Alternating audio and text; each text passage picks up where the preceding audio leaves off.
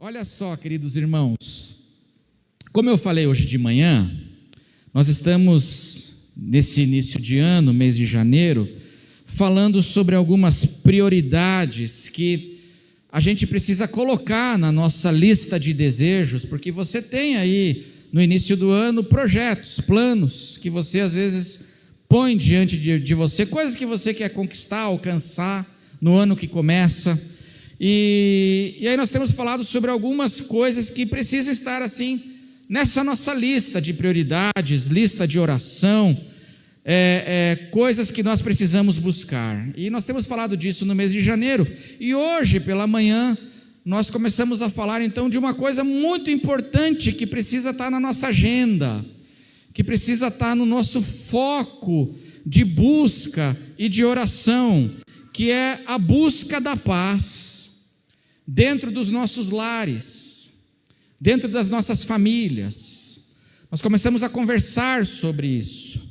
Hoje nós conversamos, hoje de manhã, sobre a importância de nós trabalharmos para que o nosso lar, ao longo desse ano, seja um lugar de refúgio para nós, seja um abrigo no meio das tempestades que a gente tem que atravessar na vida. A nossa casa, o nosso lar, o casamento, a família, é muito importante que isso esteja também nas nossas orações, na nossa mudança e na busca também dessa harmonia e dessa paz dentro dos nossos lares. Nós vamos continuar falando disso agora à noite, na mensagem da noite. Eu quero convidar você para você abrir a sua Bíblia, então, em Filipenses capítulo 1.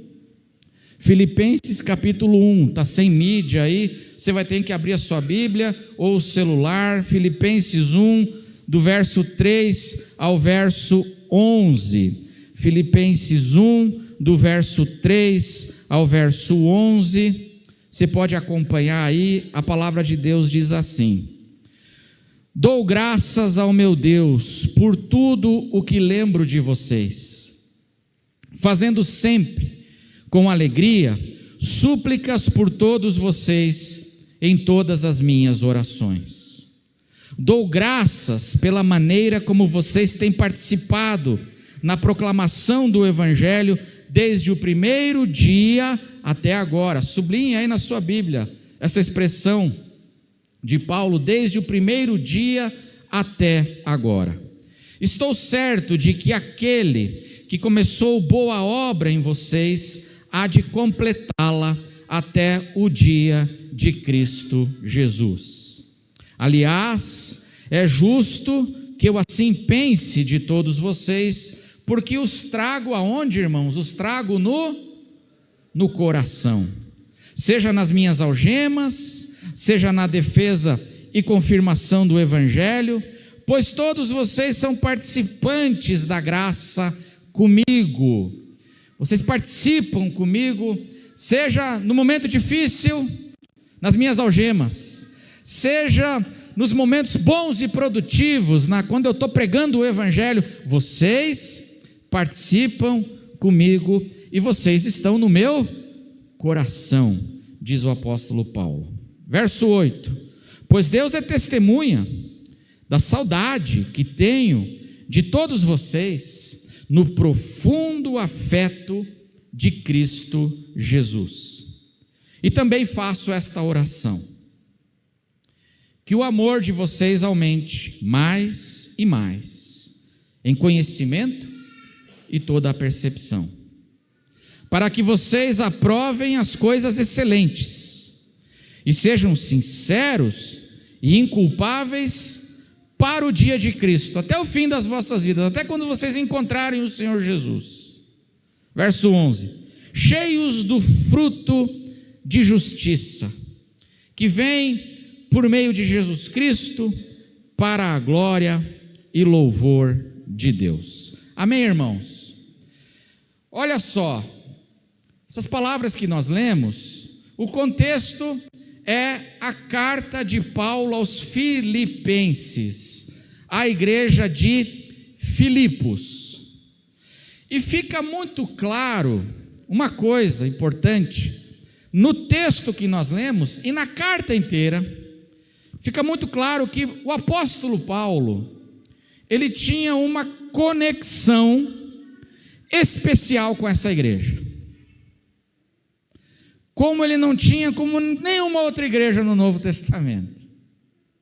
Ele tinha um vínculo, uma conexão de amor diferente, especial com esses irmãos e com essa igreja.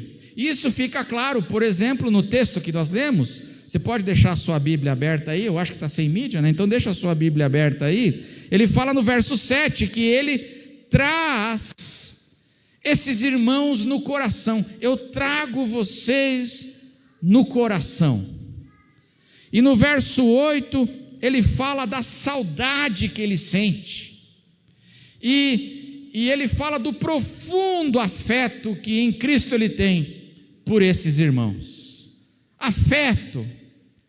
Eu morro de saudades de vocês. Vocês estão no meu coração. O apóstolo Paulo tinha uma conexão especial com esses irmãos. Veja no capítulo 4, abra sua Bíblia no Filipenses 4, verso 1. Veja como ele se refere a essa igreja. Ele diz assim, Filipenses 4, 1.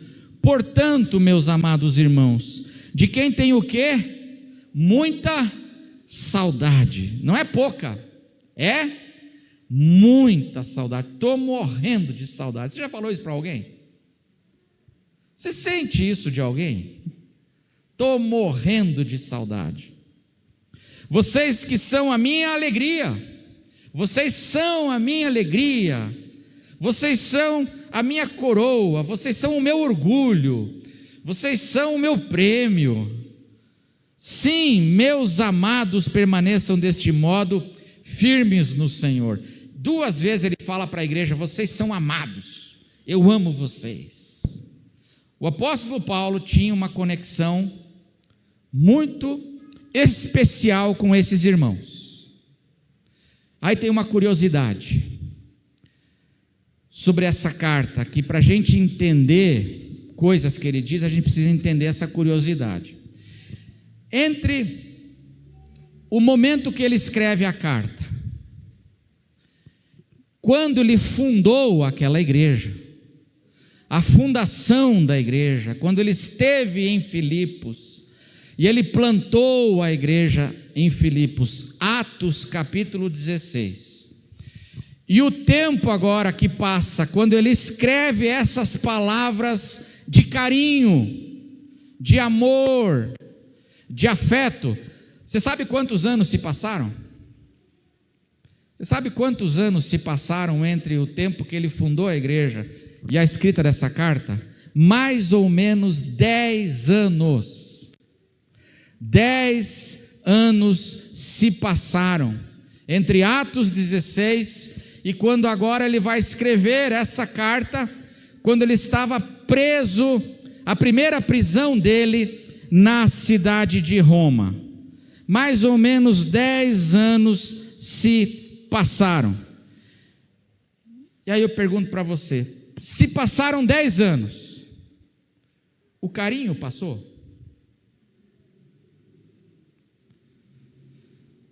Se passaram 10 anos, o afeto passou? Passou a saudade? Eu nem lembro mais quem são aquele pessoal lá. Eu acho incrível que se passam 10 anos, mas o carinho não diminui. Se passam 10 anos, e o profundo afeto, o desejo de ver, a saudade, não diminui. O tempo passa e a gratidão que o apóstolo Paulo sente e o companheirismo que eles têm continua firme, forte. O fogo do carinho entre eles continua aceso e queimando. Isso fica muito claro no texto que a gente leu, Filipenses 1, verso 5. Olha que interessante o que Paulo diz em Filipenses 1, 5. no texto inicial que nós lemos. Ele diz assim: dou graças pela maneira como vocês têm participado na proclamação do Evangelho. Desde quando, irmãos? Desde o primeiro dia até agora. Quanto tempo é desde o primeiro dia até agora? 10 anos. 10 anos. Ou seja, a fidelidade, o companheirismo, o apoio dessa igreja com esse seu missionário, e desse missionário com essa igreja, essa relação de carinho não diminuiu. Agora, deixa eu falar para você uma coisa, olha que coisa curiosa. Uma pesquisa que foi feita no ano de 2020, 2020, todo mundo lembra que ano que foi? O ano da pandemia. Todo mundo tinha que ficar em casa. Uma pesquisa que foi feita no ano de 2020 revelou que em 2020 metade dos divórcios que aconteceram com menos de 10 anos das pessoas casadas. Metade dos divórcios, as pessoas não tinham 10 anos de relacionamento. E nós estamos falando aqui de pessoas que se passou 10 anos e eles ainda se amam. Passou 10 anos, desde o primeiro dia até agora, e eles se apoiam, eles se ajudam, como diz o pessoal, falam assim um pro outro: estamos juntos, hein? Estamos juntos. E a saudade que eles sentem uns dos outros é enorme. Por que isso aconteceu? Por que esses vínculos de amor não murcharam com a passagem do tempo? O apóstolo Paulo e esses seus irmãos, eles não entrariam na estatística da pesquisa de 2020. Porque o amor deles ia perdurar muito mais. E Paulo fala aqui no texto que nós lemos, até o dia de Cristo Jesus. Até o dia da volta de Jesus. Por que isso aconteceu? E eu estou falando hoje da importância da família, do casamento, do lar, da gente buscar a paz e a harmonia dentro dos nossos lares. E nesses versículos que a gente leu de Filipenses 1, irmãos, eu vejo aqui que o apóstolo Paulo, ele nos fala de 4 práticas, ou 4 atitudes, que fazem com que os relacionamentos não murchem com o tempo. Pelo contrário, que faz com que o tempo passa e os relacionamentos se fortalecem. Você quer isso para a sua vida? Você quer isso para o seu casamento? Você quer isso para a sua família? Você quer esse tipo de relacionamento na sua vida? O tempo passa, e eu não sou como o pessoal que o tempo passa e as coisas se estragam e murcham, apagam. Não, o tempo passa e passa muita água debaixo dessa ponte, mas o nosso vínculo continua firme em nome de Jesus. Como é que faz para ter isso? Como é que faz para a gente experimentar isso na nossa vida? E aqui o apóstolo Paulo nos dá algumas pistas, 4 pistas, 4 práticas, que fazem então, que eu imagino que ajudam essa igreja e esse irmão a ter esses vínculos de amor, que permanecem e que se fortalecem com a passagem do tempo. A primeira prática é a prática da gratidão. Praticar gratidão dentro da nossa casa. Você pratica gratidão dentro da sua casa? Praticar gratidão. Porque veja no texto que a gente leu, veja como Paulo, ele começa com gratidão. E ele é um homem que louva a Deus por aquelas pessoas. Aquelas pessoas eram perfeitas? Longe de serem perfeitas. Se você ler a carta, você vê que tinha irmãos ali que precisavam de correção, mas ele agradece a Deus por eles, pelo amor, pelo vínculo. Ele agradece a Deus e ele agradece aos irmãos. Capítulo 1, verso 3. Ele diz, as primeiras palavras, olha só: dou graças ao meu Deus por tudo o que lembro de vocês. Preste atenção. Dou graças, apareceu aí. Vamos ler juntos. Dou.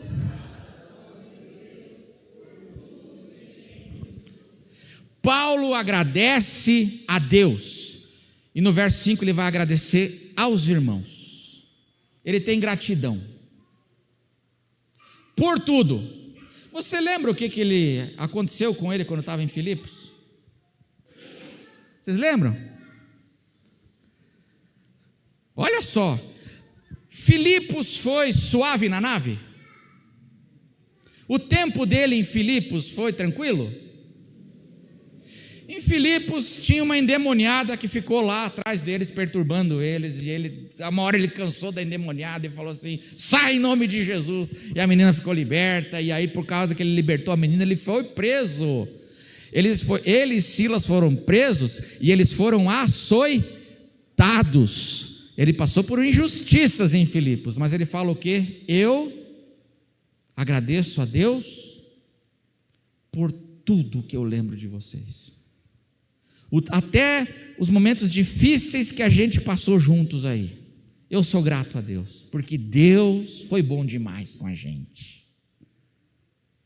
Eu acho maravilhoso isso. Paulo olha para trás e ele tem gratidão a Deus. No verso 5, olha, ele agradece aos irmãos: dou graças pela maneira como vocês têm participado desde o primeiro dia até agora. E vocês, sabe, irmãos, eu sou grato assim, porque vocês participam de tudo. Vocês participam das minhas algemas, ele fala. Eu trago no coração, verso 7, seja nas minhas algemas e seja na defesa e confirmação do Evangelho. Quando eu estou preso, estou sendo perseguido, nós estamos juntos. Eu sou grato a Deus por vocês. E quando eu estou lá pregando para uma multidão o Evangelho, defendendo o Evangelho, vocês também estão junto comigo. Ou seja, é no momento bom e é no momento difícil. E o tempo passa, e o tempo voa, e quem é velho lembra, a poupança Bamerindos terminou, mas o vínculo de amor não termina. Gratidão. Você pratica a gratidão pelos seus filhos, pelo seu lar, pelo seu casamento? Você pratica a gratidão porque sua esposa esteve com você nos momentos mais difíceis e nos momentos bons? Você pratica a gratidão porque o seu marido esteve com você nos momentos mais difíceis e nos momentos mais legais? Você pratica a gratidão pelos seus pais, porque os seus pais estiveram com você nos bons e nos momentos difíceis? Você pratica a gratidão? Primeira coisa, meus irmãos, é praticar a gratidão. O apóstolo Paulo escreve essa carta para agradecer. Essa é uma carta de gratidão para aquelas pessoas. Dá uma sugestão para você: pega essa semana aí assim e surpreende as pessoas da sua casa assim, só se for de coração, não é porque eu estou falando, senão não vale, né, irmãos? Mas assim, se for sincero, manda um WhatsApp assim para sua esposa e fala assim: estou passando só para agradecer, para dizer que eu agradeço a Deus pela sua vida. Já fez isso? Ou você só manda o WhatsApp para perguntar assim: onde é que está a minha calça? Onde é que você deixou as coisas? Pratica a gratidão. Escreve para o seu pai e diz: pai, Essa semana eu estava orando e eu quero dizer que eu agradeci a Deus pela sua vida, por tanta coisa que eu lembro. Sou grato a Deus. Comece a praticar gratidão e você vai ver que o tempo passa, mas os vínculos de amor, eles vão perdurando e permanecendo. Isso é muito sério, irmãos. Primeiro porque assim, a nossa tendência natural é reclamar, né? Não é agradecer. Essa é a nossa tendência natural, é reclamar. Mas isso é muito sério porque a Bíblia inteira, de Gênesis ao Apocalipse, ela fala muito sobre os efeitos positivos da gratidão na nossa vida e os efeitos destruidores da murmuração. A Bíblia fala muito sobre isso. E, por exemplo, tem um capítulo muito sério dos evangelhos, da história de Jesus, que é Mateus capítulo 11. Esse capítulo é um capítulo muito sério, Mateus 11, porque ali Mateus descreve alguns ais que Jesus proclama. O que é um ai de Jesus? Um ai de Jesus é uma advertência. É uma advertência. O ai de Jesus é quando Jesus levanta o cartão amarelo e fala, ai, ai, ai. Ele põe o cartão amarelo assim e fala, ó, cuidado. Ele fala os seus ais para a cidade de Corazim, Cafarnaum, Betsaida. Ele fala, ai de ti, Betsaida. Ai de ti, Cafarnaum. Ai de ti, Corazim. Por quê, Senhor? Porque vocês foram visitados por uma abundância da graça de Deus e vocês deixaram passar o tempo da visitação. Vocês perderam o tempo da visitação. Vocês foram visitados com oportunidades. O próprio Filho de Deus encarnado viveu no meio de vocês, fez sinais, e vocês não se arrependeram. Ai de vocês! Mas sabe o que causou a perda da oportunidade da visitação? Sabe o que causou? Vamos ler? O que aconteceu antes dos ais? O texto anterior aos ais, Mateus 11, versos 16 a 19. Vamos ler lá, Mateus 11, versos 16 a 19. Olha só, o que aconteceu? Jesus comparando agora essas cidades, essas pessoas, essa geração, ele fala assim, mas a que compararei esta geração? Corazim, Betsaida, Cafarnaum, todas essas cidades ao redor do mar da Galileia, onde eu vivi, visitei, derramei abundância de milagres e ensinos, mas não se arrependeram, deixaram passar. Mas a que compararei esta geração? É semelhante a meninos, que sentados nas praças gritam aos companheiros. E o que eles gritam para os companheiros? Esses meninos? Nós tocamos flauta, mas vocês não dançaram. Entoamos lamentações, mas vocês não. Meninos gritando uns contra os outros na praça, brigando. Vamos brincar de tocar flauta e dançar? Ah, não gosto de dançar, não gosto de dançar me deixa suado, colado, eu acho horrível dançar. Então vamos brincar de tocar harpa e chorar? Lamentação? Ah, não, chorar borra a maquiagem, eu odeio chorar não tem nada a ver chorar. Então você não quer nem dançar nem chorar. Não, é isso mesmo, a gente não quer nem dançar nem chorar. O que vocês querem? A gente quer ficar sentado na praça reclamando, murmurando. Porque a gente chama vocês para chorar, vocês não vêm. A gente chama vocês para dançar, vocês também não vêm. Eu não sei o que vocês querem. Não, a gente quer ficar aqui sentado na praça reclamando em nome de Jesus. Aí Jesus diz assim: pois, verso 18, pois veio João, que não comia nem bebia, e as pessoas dizem: ele tem demônio, esse daí é um endemoniado. Os meninos na praça, lembra que eles não querem nada. Aí vem João, que não comia nem bebia, e eles reclamam. O que eles dizem? Endemoniado. Nossa, você viu que cara esquisito? Eu não vou mais nesse cara aí ouvir lá a pregação dele, não. Você viu? Ele come gafanhoto. Cara estranho. Fica usando umas peles de camelo. Você viu a roupa dele? Ele não usa Armani, ele usa pele de camelo. Não quero mais ir lá não. Eu não gosto do João. João é estranho. Aí verso 19, aí veio Jesus, veio o Filho do Homem, comendo e bebendo. E o que as pessoas dizem? O que os meninos na praça dizem?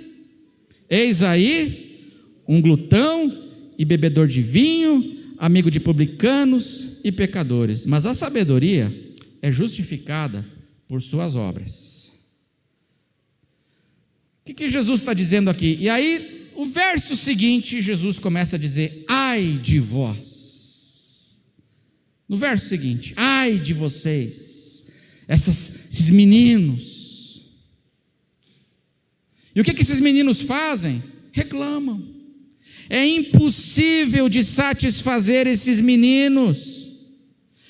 Eles são tomados de um mau humor horrível, mal-humorados, porque vem João de terno e gravata. Não, é muito formal, João, não queremos João. Aí vem Jesus de sandália havaiana. Aí ele fala: não, que é isso, que falta de respeito, esse aí é publicano, amigo de publicano e pecador. Ou seja, é impossível de satisfazer, só reclamam, murmuram. E Deus visitando com milagre, com ensino, com coisas extraordinárias, Deus visitando, e eles fazendo o quê? Reclamando. Impossível de satisfazer.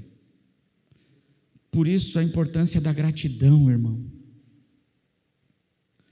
Porque o hábito da gente reclamar e só reclamar e murmurar é coisa séria e pode fazer com que a gente perca o olhar de tanta coisa boa que está acontecendo aqui. Vem João, e vem Jesus, e vem um monte de coisa, e vem flauta, e vem lamentação, e vem não sei o que, e a gente, porque está reclamando, não está vendo, está perdendo, perde a oportunidade da visitação de Deus. E por isso, a primeira prática é a gente praticar a gratidão, para nós não nos tornarmos essas pessoas que são insaciáveis. Na sua casa, é impossível de satisfazer você? Irmão, pratica a gratidão, amém? Pratica a gratidão. Sou grato a Deus por você. Fala para as pessoas: eu agradeço por você. Em segundo lugar, a prática da oração, a prática da intercessão, porque Paulo agradece e Paulo ora por essas pessoas. O que mantém? O tempo passa, 10 anos se passa, e o carinho, o afeto continua vivo entre eles, as saudades. Por quê? Porque eles praticavam a oração. Verso 4, Filipenses 1, verso 4. Olha o que ele diz aí: eu faço sempre com alegria súplicas por todos vocês em todas as minhas orações, sempre com alegria. Irmão, você intercede pela sua família, você ora pela sua casa, de verdade, você ora pelos teus, sempre com gratidão, com alegria, fazendo intercessão. Porque se tem uma coisa que aproxima a gente e mantém os nossos vínculos vivos, é quando a gente intercede uns pelos outros, de verdade. Você é tão importante para mim, que no meu tempo de oração, eu lembro de você diante de Deus. Você consegue imaginar o poder que isso tem? Você crê, meu irmão, no poder da oração? Você crê? Ore pelo seu casamento, ore pelo seu cônjuge, ore pelos seus pais, ore pelos seus filhos, ore pela sua família. E o que pedir? E aí o apóstolo Paulo nos dá o conteúdo da oração. Olha que coisa legal. Ele fala, eu oro, e aí ele transcreve o conteúdo da oração. E olha que coisa boa que ele pede para essas pessoas que ele amava. E eu queria assim encorajar você. Você já pensou essa semana você orar isso pela sua família? O que ele ora? Verso 9 ao 11. Olha só o que ele ora. Ele faz 4 pedidos. Filipenses 1, de 9 a 11. E também faço esta oração, que o amor de vocês aumente mais e mais em conhecimento e toda percepção, para que vocês aprovem as coisas excelentes e sejam sinceros e inculpáveis para o dia de Cristo, cheios do fruto de justiça que veio por meio do amor de Jesus Cristo, para a glória e louvor de Deus. 4 coisas que Paulo pede aqui por esses irmãos que ele ama: que eles cresçam no amor, que eles façam decisões sábias, porque ele fala ali, escolher as coisas que são excelentes, no verso, aprovem as coisas excelentes, e a Bíblia na linguagem de hoje traduz assim, a fim de que vocês saibam escolher o melhor, ou seja, que vocês cresçam no amor, que vocês escolham as melhores coisas, tomem decisões sábias. Já pensou você orar isso pelo seu marido? Você orar isso pela sua esposa?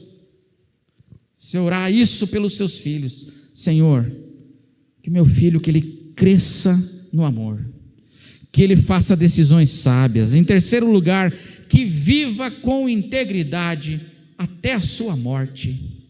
Olha que coisa. Verso 10, ele fala assim, que vocês sejam sinceros e inculpáveis para o dia de Cristo Jesus. Isso significa que ser puros e irrepreensíveis até o dia de Jesus voltar, até a morte. Senhor, que essa pessoa que eu amo, Senhor, ela cresça no amor, que o Senhor ajude ela a fazer decisões sábias na vida, escolher o que é melhor. Senhor, que o Senhor ajude ele a permanecer íntegro até o fim da vida. E finalmente, no verso 11, cheios do fruto de justiça que vem por meio de Jesus Cristo para a glória e louvor de Deus.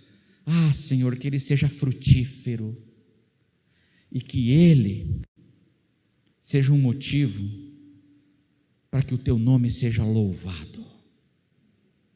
Que oração, hein? Que oração.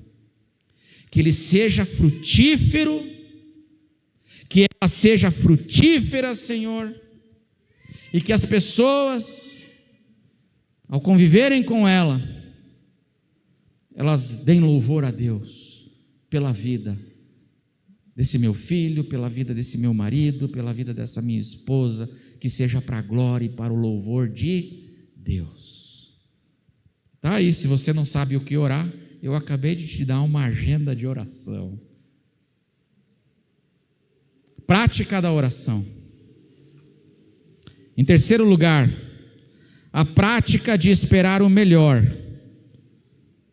das pessoas. A prática de esperar o melhor das pessoas. Olha o que o apóstolo Paulo diz no verso 6. Vamos ler juntos? Agora tem mídia aí, né? Filipenses 1:6. Vamos ler juntos?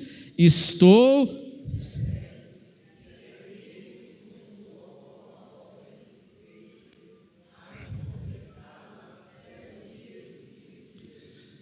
Paulo tinha uma expectativa e ele esperava o melhor dessas pessoas ou não? Ele fala assim, eu estou certo, que pela fidelidade de Deus, por causa da fidelidade de Deus, esse Deus que começou uma boa obra vai completar na vida desse meu familiar, dessa pessoa que eu amo.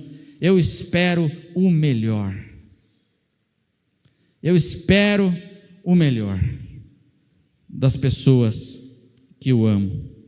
Paulo, ele transmitia confiança para as pessoas. Ele transmitia confiança. Eu sei que vocês vão melhorar, eu sei que vocês vão conseguir, pela fidelidade de Deus, vai dar certo, vai acontecer. Eu tenho essa expectativa. Ele transmitia essa confiança para as pessoas. Vou fazer uma pergunta: você transmite confiança para as pessoas na sua casa? Ou você é uma pessoa que desencoraja, ou você olha e fala assim: vixe, esse daí não tem mais jeito. Ah, não acredito que esse daí tenha jeito. Eu já ouvi pai falar isso de filho. Ih, pastor, esse daí. O outro sim, mas esse daqui. O apóstolo Paulo espera. Ele é uma pessoa que transmite essa confiança para as pessoas. Muitas pesquisas, irmãos, mostram que nós tendemos a viver conforme as expectativas de outras pessoas. Quando as pessoas esperam o melhor de você, você tende a fazer o seu melhor. Por exemplo, professores que acreditam e esperam o melhor dos seus alunos. Essa expectativa faz com que os alunos cresçam e se desenvolvam melhor. Existe essa expectativa. Agora, se um professor fala assim: isso daí é caso perdido, essa turminha aqui, ó, caso perdido, isso aqui, meu amigo, isso aqui não tem jeito não, é mais problema para o Brasil. Já pensou? Mas quando você espera, as pessoas correspondem. E o apóstolo Paulo, ele esperava o melhor para essas pessoas. Aquele que começou a boa obra, eu sei que ele vai completar. Deus está fazendo uma obra em vocês. Deus está fazendo uma obra nas pessoas que eu amo. E eu sei que essa obra é boa obra, e que o Senhor vai completar. E a gente não vai deixar nada atrapalhar essa boa obra de Deus na vida das pessoas que a gente ama, porque Deus está fazendo o melhor e vai fazer o melhor. Eu tenho essa expectativa, ele fala: eu estou certo, eu tenho essa confiança. E quando tem isso, de fato, as pessoas correspondem também com o seu melhor. E em quarto lugar, uma coisa que eu falei hoje de manhã, para encerrar: o apóstolo Paulo praticava a demonstração de afeto. O apóstolo Paulo praticava a demonstração de carinho. Nos textos que nós lemos, isso fica muito claro. O apóstolo Paulo se passou 10 anos, e ele escreve uma carta, ele manda um WhatsApp, ele manda um e-mail para aquelas pessoas, ele diz assim: eu trago vocês no coração. Deus sabe como eu tenho muitas saudades de vocês. Um profundo afeto em Cristo Jesus. Vocês são amados, vocês são minha alegria, vocês são meu orgulho. Você já falou isso para o seu filho? Filho, eu tenho orgulho de você. Você já falou isso? Vocês são meu orgulho, minha coroa. Vocês são amados. Fiquem firmes, eu amo vocês demais. O apóstolo Paulo praticava essas demonstrações de afeto. E como eu falei hoje de manhã, isso é muito importante, porque o tempo passa muitas vezes, esses 10 anos passam, desde o primeiro dia até agora, e às vezes, irmãos, nós vamos ficando frios, nós vamos ficando rudes, o carinho vai ficando de lado, e o que vai ficando na nossa relação em casa, na família, marido e mulher, pais e filhos, são grosserias, são bate-bocas, e não existe mais a prática do carinho, do abraço, do acolhimento. O tempo passa e a gente vai deixando, vai perdendo isso, mas isso é muito importante. E o apóstolo Paulo, como é que faz para esse amor não esfriar? Bom, ele pratica o carinho, ele pratica o afeto com essas pessoas. Eu queria encerrar lembrando uma coisa sobre essa questão de demonstrar afeto e sobre, às vezes, a agressividade que acontece dentro dos nossos lares. Uma coisa, meus irmãos, que a gente precisa prestar atenção é que às vezes, irmãos, a pessoa que mais precisa da nossa gentileza, a pessoa que mais precisa do nosso abraço e do nosso carinho, é a pessoa que ficou agressiva, ficou rude, irritada. É ela que precisa, muitas vezes, é a que mais precisa do nosso acolhimento. Às vezes, quando o seu cônjuge, seu filho, seu familiar, meu irmão, ele está sendo rude, ele está sendo grosso, a esposa está irritada. Às vezes já teve pessoas que falam assim: mas pastor, minha esposa mudou nos últimos tempos, assim, pastor, ela vive irritada, ela vive estressada, não aguento mais. Ou o marido estressado. Pois é justamente essa pessoa que está precisando mais dos nossos afetos e misericórdias. Por quê? Porque, na verdade, quando essa pessoa está assim, ela está mandando uma mensagem para a gente. Qual é a mensagem? Qual é a mensagem que a pessoa está mandando? Ela está dizendo assim: eu não estou bem. Não é que ficou chata. O que ela está dizendo é: eu não estou bem. Eu estou sofrendo. E ela está agindo assim, a pessoa, porque ela não está bem. E ela não pode expressar isso no trabalho, pode? Não pode, né? Ela pode expressar isso na igreja?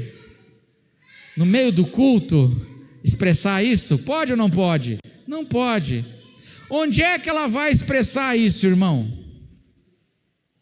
Aonde a gente expressa que nós não estamos bem? E aí a gente expressa isso com, às vezes, irritação, andando estressado, chateado. E por isso esses afetos são tão importantes, as demonstrações de acolhimento. A gente vai mostrar isso em casa, não é verdade? É em casa que a gente vai mostrar. É em casa. A gente fica impaciente em casa. A gente dá chute no gato aonde? Em casa. E aí eu estou dizendo: mas eu não estou bem. Se não, veja, o que um bichinho, se você tem pet, não sei quem tem pet aí, gato, ou cachorro, ou papagaio, né, em casa, mas o que um bichinho que está machucado faz? Quando você chega perto dele? O que um bichinho que está acuado e está com medo, quando você chega perto dele, ele faz o quê? Ele te abraça ou ele mostra os dentes? Ele mostra os dentes, ele mostra a garra. Mas por que ele faz isso? Porque ele é mau? Não, é porque ele está machucado, ou ele está com medo, ele está acuado, ele está inseguro, e aí ele mostra os dentes. E às vezes, quando o teu cônjuge, teu marido, tua esposa, o teu filho, o teu pai, ele está assim, está mostrando os dentes, ele está dizendo: eu não estou bem, eu estou com medo, eu estou acuado, eu estou machucado, eu estou inseguro, eu estou com problemas, e eu fico assim. E aí vem os ternos acolhimentos de afeto no Evangelho. Aí vem um abraço, aí vem a minha esposa, senta comigo, abraça e diz assim: vai ficar tudo bem. Vai ficar tudo bem. Você quer comer uma pizza? Você quer comer uma coisinha, vai ficar tudo bem. Porque é assim, meus irmãos, a raiva, a agressividade pode ser produzida por pelo menos 3 coisas: dor, frustração e medo. E às vezes a pessoa o meu cônjuge está assim com dor, frustração, medo, angústia, e está demonstrando isso irritado, está frustrado. A pessoa se olha no espelho e fala assim: meu Deus, onde foi que eu parei? O que aconteceu comigo? Frustração, dor, e ela está assim. O que ela precisa? Do abraço, da compreensão. O que ela precisa? Ela é aquele bichinho que está mostrando os dentes, mas não porque é mal, porque ficou chata, mas porque está gritando: me ajuda, eu não estou bem, eu preciso do teu apoio, eu preciso do teu braço, eu preciso da tua compreensão. E quando a gente faz isso, que bênção que é. E é o que o Evangelho nos ensina. Então, passaram-se 10 anos e o amor não diminuiu. O amor não diminuiu por quê? Porque eles praticavam gratidão, praticavam a intercessão, a oração, praticavam a espera do melhor, a expectativa de que Deus tem coisa boa na vida dessa pessoa. Praticavam a demonstração de carinho concreto. Estou com saudade de você, quero te dar um abraço. Isso, meus irmãos, faz toda a diferença. Amém, irmãos?